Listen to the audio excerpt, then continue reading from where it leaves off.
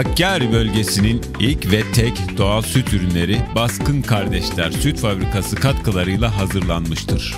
Doğaya ve insana saygı çerçevesinde sağlıklı ve lezzetli süt ürünlerini Baskın Kardeşler Süt Fabrikası satış noktalarından temin edebilirsiniz. Baskın Kardeşler Süt Ürünleri Fabrikası, Yüksekova, Hakkari.